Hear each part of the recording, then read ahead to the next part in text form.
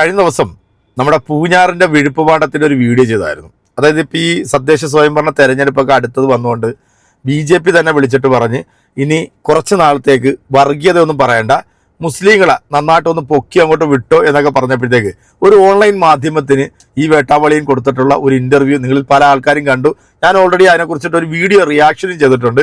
അപ്പം മുസ്ലിങ്ങളോടുള്ള ആ ഒരു സ്നേഹം, പിന്നെ മുസ്ലിങ്ങൾ രാജ്യസ്നേഹികളാണ്, ഇവിടുത്തെ ക്രിസ്ത്യാനികളൊന്നും രാജ്യത്തിന് വേണ്ടി പോരാടിയിട്ടില്ല, മുസ്ലിങ്ങളാണ് യഥാർത്ഥത്തിൽ രാജ്യത്തിന് വേണ്ടി പോരാടി എന്നൊക്കെ പറഞ്ഞുകൊണ്ടുള്ള ആ ഒരു വീഡിയോ കണ്ടപ്പോഴത്തേക്ക് ശരിക്കും പറഞ്ഞാൽ എന്താണ് എനിക്ക് പറയാൻ വാക്കുകൾ കിട്ടുന്നില്ല എന്നുള്ളതാണ്. കാരണം ഇങ്ങനെ മലക്കം മറിയുന്ന, ഇങ്ങനെ നിറം മാറുന്ന ഒരു ജീവി ഈ ഭൂമി മലയാളത്തിൽ നിന്നല്ല ഈ ലോകത്ത് തന്നെ ജീവിച്ചിരിപ്പില്ല. കാരണം അത്രയ്ക്ക് തൊലിക്കട്ടിയുള്ള കാണ്ടാമൃഗമൊക്കെ പിന്നെയും നാണിച്ചു പോകും. ഇത് അതിലും കൂടിയ മുന്തിയ ഐറ്റമാണെന്നാണ് തോന്നുന്നത്. അപ്പം മുസ്ലിങ്ങളെ കുറിച്ചിട്ട് അന്ന് പറഞ്ഞത് നമ്മൾ കേട്ടല്ലോ അല്ലേ? അപ്പം ഒന്ന് ഓർമ്മപ്പെടുത്താൻ വേണ്ടി ഈ വീഡിയോ ഒന്ന് കണ്ടതിന് ശേഷം നമുക്ക് അൻസാരി സുഹൈരി ഉസ്താദ് കൊടുക്കുന്ന ഒരു കിണ്ണം കാച്ചി മറുപടി ഉണ്ട്, ഇതിന് കാണാതെ പോകരുത്. ഈ കേരളത്തിലെ അല്ലെങ്കിൽ ഇന്ത്യയിലെ മുസ്ലിം ആണോ അവൻ വർഗീയവാദിയാണ്? വർഗീയവാദി അല്ലാത്ത ഒരു മുസ്ലിമിൻ ലോകത്ത് ഇന്ത്യ മഹാരാജ്യത്ത് ജീവിച്ചിരിപ്പില്ല. ഇത്ര വൃത്തികെട്ടവന്മാർ, രാജ്യത്തെ കൊള്ളയടിക്കുന്നവന്മാർ. മുസ്ലിം എന്ന് പറഞ്ഞാൽ ഇന്ത്യയുടെ ഭാരതത്തിന്റെ സംസ്കാരത്തിന്റെ ഭാഗമാണ് അവർ. അത് തന്നെയല്ല, ഇന്ത്യൻ സ്വാതന്ത്ര്യ സമരത്തിന് ഏറ്റവും വലിയ സംഭാവന നൽകിയ സമൂഹം എന്ന് പറയുന്നത് ഇവിടുത്തെ ക്രിസ്ത്യാനിയല്ല, മുസ്ലിമാണ്. ആ മുസ്ലിം സമുദായത്തിന് അത്രമാത്രം ബഹുമാനവും സ്നേഹവും ഒരു ജനാധിപത്യ വിശ്വാസം എന്ന നിലയിൽ എനിക്കുണ്ട്. ടെക്നോളജി ഒരേ വായിൽ രണ്ട് വർത്താനം പറയുന്നവരെയൊക്കെ നമ്മൾ എന്താ വിളിക്കുന്നത്? അത് ഞാൻ എന്തായാലും തൽക്കാലം പറയാൻ തയ്യാറാകുന്നില്ല. അത് നിങ്ങൾ തന്നെ അങ്ങ് പൂരിപ്പിച്ച് ഫില്ല് ചെയ്ത് അങ്ങോട്ട് കൊടുക്കുന്നതായിരിക്കും നല്ലത്. ഇലക്ഷൻ അടുക്കുമ്പോഴത്തേക്ക് ഈ ആവണക്കണ്ണയിൽ കടവറങ്ങിയവന്റെ നയം എന്നൊക്കെ നമ്മൾ പറയാറില്ലേ?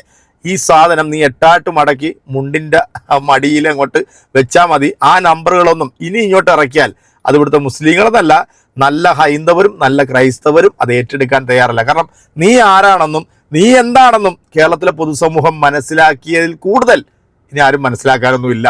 അപ്പം നമുക്ക് അൻസാരി ഉസ്താദ് കൊടുക്കുന്ന ആ മറുപടിയില്ലേ, കാരണം പുള്ളി കൊടുക്കുമ്പോഴത്തേക്കുണ്ടല്ലോ അതൊരു സുഖം തന്നെയാണ് കേൾക്കാൻ. അപ്പം നമുക്ക് ആ വീഡിയോ കൂടെ ഒന്ന് കണ്ടേക്കാം. മുസ്ലിമിനെ എതിർക്കാൻ ഞാനില്ല. മുസ്ലിം എന്ന് പറഞ്ഞാൽ ഇന്ത്യയുടെ ഭാരതത്തിന്റെ സംസ്കാരത്തിന്റെ ഭാഗമാണ് അവർ. അത് തന്നെയല്ല, ഇന്ത്യൻ സ്വാതന്ത്ര്യ സമരത്തിന് ഏറ്റവും വലിയ സംഭാവന നൽകിയ സമൂഹം എന്ന് പറയുന്നത് ഇവിടുത്തെ ക്രിസ്ത്യാനിയല്ല, മുസ്ലിമാണ്.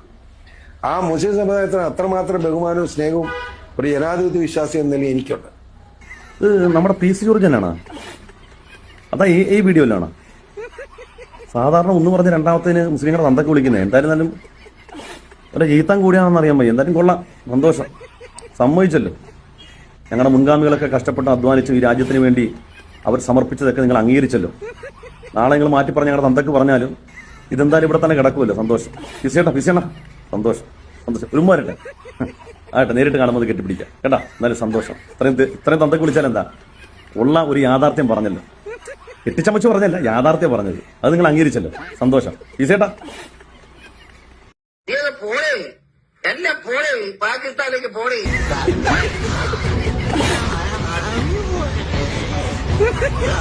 മുസ്ലിമിനെ എതിർക്കാൻ ഞാനില്ല. മുസ്ലിം എന്ന് പറഞ്ഞാൽ ഇന്ത്യയുടെ ഭാരതത്തിന്റെ സംസ്കാരത്തിന്റെ ഭാഗമാണ് അവർ. അത് തന്നെയല്ല, ഇന്ത്യൻ സ്വാതന്ത്ര്യ സമരത്തിന് ഏറ്റവും വലിയ സംഭാവന നൽകിയ സമൂഹം എന്ന് പറയുന്നത് ഇവിടുത്തെ ക്രിസ്ത്യാനിയല്ല, മുസ്ലിമാണ്. ആ മുസ്ലിം സമുദായത്തിന് അത്രമാത്രം ബഹുമാനവും സ്നേഹവും ഒരു ജനാധിപത്യ വിശ്വാസം എന്ന നിലയിൽ എനിക്കുണ്ട്. ഇത് നമ്മുടെ PC ജോർജനാണ്. അതാ ഈ വീഡിയോയിലാണ്.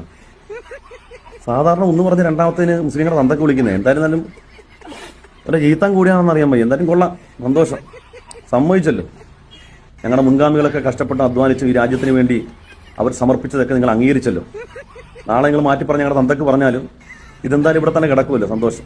ഫിസിയണ സന്തോഷം, സന്തോഷം. ഒരുമാരല്ലേ ആട്ടെ, നേരിട്ട് കാണുമ്പോൾ കെട്ടിപ്പിടിക്കാം കേട്ടാ. എന്നാലും സന്തോഷം. ഇത്രയും തന്തക്ക് വിളിച്ചാൽ എന്താ, ഉള്ള ഒരു യാഥാർത്ഥ്യം പറഞ്ഞല്ലോ. കെട്ടിച്ചമച്ച് പറഞ്ഞല്ല, യാഥാർത്ഥ്യം പറഞ്ഞത്. അത് നിങ്ങൾ അംഗീകരിച്ചല്ലോ. സന്തോഷം. ഫിസിയേട്ടാ പാകിസ്ഥാനിലേക്ക് പോണേ. അപ്പം ഇനി ഈ ഒരു വീഡിയോ കൂടെ നിങ്ങളൊന്ന് കണ്ടോ. അതായത് പണ്ട് SDPIക്കാർ കൈവെട്ടി എന്ന് പറഞ്ഞിട്ടുള്ള ഒരാളുണ്ടോ, എന്ത് മാഷാണ്, ജോസഫ് മാഷ്. അതിനെ കുറിച്ചിട്ടൊരു വീഡിയോ കൂടെ വന്നു. നമ്മുടെ മുന്നിൽ ഒരു അറ്റുപോയ കൈപ്പത്തിയുണ്ട്.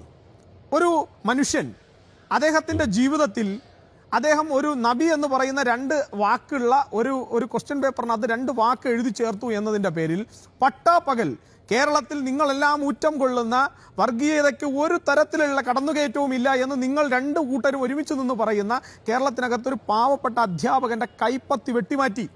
ആ കൈപ്പത്തി വെട്ടിമാറ്റിയ ആളുകളെ 14 വർഷത്തിന് ശേഷമാണ് അതിന്റെ മുഖ്യ സൂത്രധാരകനെ ഇപ്പോൾ അറസ്റ്റ് ചെയ്തിരിക്കുന്നത്. ഇന്ന് കോടതി NIA കോടതി കൃത്യമായി പറഞ്ഞിട്ടുണ്ട് ആരൊക്കെയാണ് ഇദ്ദേഹത്തെ സഹായിച്ചത് എന്നുള്ളതിനെ കുറിച്ച് കൃത്യമായ അന്വേഷണം നടക്കണം. എന്തുകൊണ്ടാണ് അങ്ങനെ പറയേണ്ടി വന്നത്?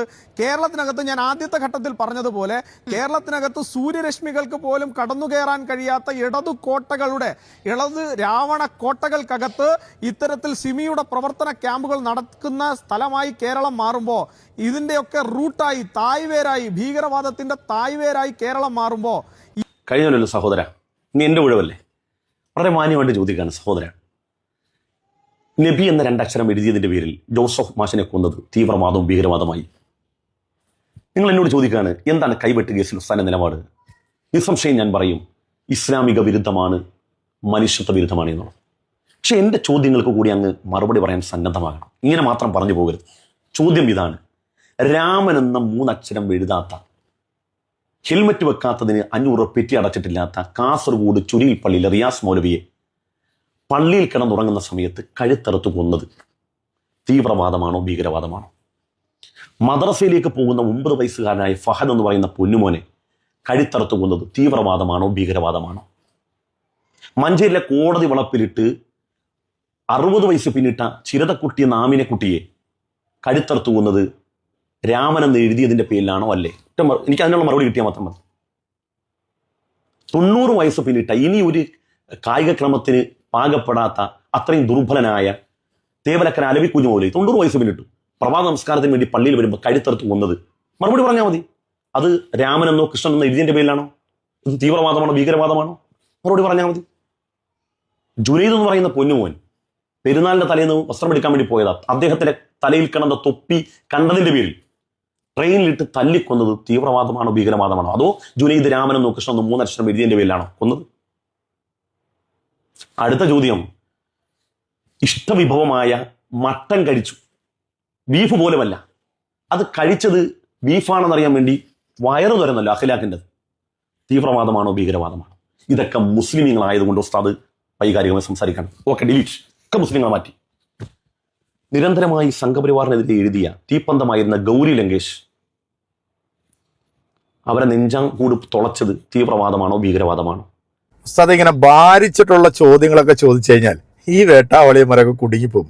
നാഴികയ്ക്ക് 40 വട്ടം വർഗീയത മാത്രം പ്രൊഡ്യൂസ് ചെയ്തുകൊണ്ടിരിക്കുന്നവർക്ക് എന്തും മനുഷ്യത്വം, എന്തും മനുഷ്യൻ, അങ്ങനെയുള്ളൊരു ചിന്താഗതി ഇവർക്കില്ലെന്നേ. അത് നമ്മുടെ പൂഞ്ഞാർ അണ്ണൻ പറഞ്ഞതിനോട് വലിയ സന്തോഷം തോന്നുന്നുണ്ട് കേട്ടാ. കാരണം തമാശക്കാണെങ്കിലും ഒരു സത്യം വിളിച്ചു പറഞ്ഞല്ലോ അല്ലേ. ഇനിയിപ്പോൾ ആ വീഡിയോ എന്തായാലും അവിടെ കിടക്കട്ടെ. നാളെ ഒരു അവസരത്തിൽ ഇനി ഏതെങ്കിലും ഒരു മുസ്ലിമിനെ തെറി വിളിച്ചുകൊണ്ട് വരുവാണെന്നുണ്ടെങ്കിൽ നമുക്കിത് കാണിച്ചു കൊടുക്കാം. കാരണം PC അണ്ണൻ പറഞ്ഞത്, ആദ്യത്തെ വീഡിയോയിൽ പറഞ്ഞത്, ഒരു മുസ്ലിം ആണോ അവൻ തീവ്രവാദിയാണ്, അത് മൊത്തത്തിൽ മുസ്ലിങ്ങൾ തീവ്രവാദി എന്നാ പറഞ്ഞ. അപ്പൊ ആ പറഞ്ഞ നാവ് കൊണ്ട് ദൈവം തമ്പുരാൻ തിരിച്ച് പറയിപ്പിച്ച് നല്ല ബുദ്ധി ഉണ്ടായോ ഇല്ലയോ എന്നുള്ളത് അറിയത്തില്ല. പക്ഷെ എന്താണെങ്കിലും രാഷ്ട്രീയ താല്പര്യങ്ങൾക്ക് വേണ്ടി ആണെങ്കിലും PC അണ്ണൻ ഉള്ള സത്യം തുറന്നു പറഞ്ഞു. കാരണം ഇവിടുത്തെ മുസ്ലിം സമൂഹം ഈ രാജ്യത്തിന് നൽകിയിട്ടുള്ള സംഭാവന, ഈ രാജ്യത്ത് പോരാടി അവരുടെ രക്തം ഈ മണ്ണിൽ വീണ് അവർ വാങ്ങിത്തന്ന സ്വാതന്ത്ര്യത്തിൽ നിന്നുകൊണ്ടാണ് ഞാനും നിങ്ങളും ഈ പറഞ്ഞ പൂഞ്ഞാറിന്റെ വിഴുപ്പുപാണ്ഡം അടക്കം ഇന്നും സംസാരിച്ചുകൊണ്ടിരിക്കുന്നതെന്ന് മറക്കാതിരിക്കുക. വരും തലമുറകൾ ഇതൊക്കെ പഠിക്കട്ടെ, അവരിതൊക്കെ മനസ്സിലാക്കട്ടെ. പക്ഷെ ഇതുപോലെ ആവാതിരിക്കാൻ നമുക്ക് ദൈവം തമ്പുരാനോട് പ്രാർത്ഥിക്കാം. അപ്പോൾ അടുത്തൊരു വീഡിയോ വീണ്ടും കാണാം. അതുവരേക്കും എല്ലാവർക്കും ബൈ.